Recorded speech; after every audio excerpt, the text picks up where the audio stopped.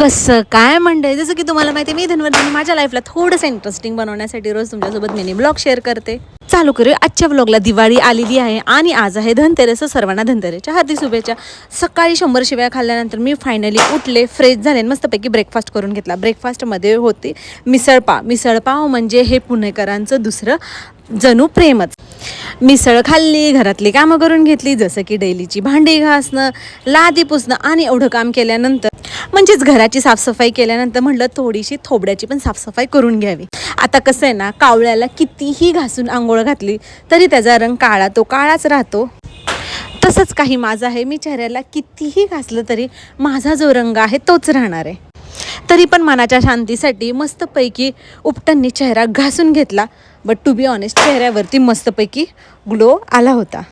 Fresh झाले आणि दिवाळीच्या फराळासाठी आईला मदत केली. आज बनवली ती चकली. खाण्यासाठी खूप सारी मदत केली. नंतर मी माझ्या बहिणीच्या मुलासोबत म्हणजे माझ्या पिल्लूसोबत TV बघत बसले आणि गाणं लागलं होतं, नानी तेरे मोरनी को मोर ले गए. दिवसभर मी हेच गाणं ऐकते आणि हा मला असा चिटकून बसतो जसं काय गोगल काय भिंतीला चिटकून बसली. एनिवेज, इव्हिनिंगला मस्तपैकी धनतेरसची पूजा केली आणि आजचा दिवस संपवला. भेटूया उद्याच्या व्लॉगमध्ये. तोपर्यंत बाय.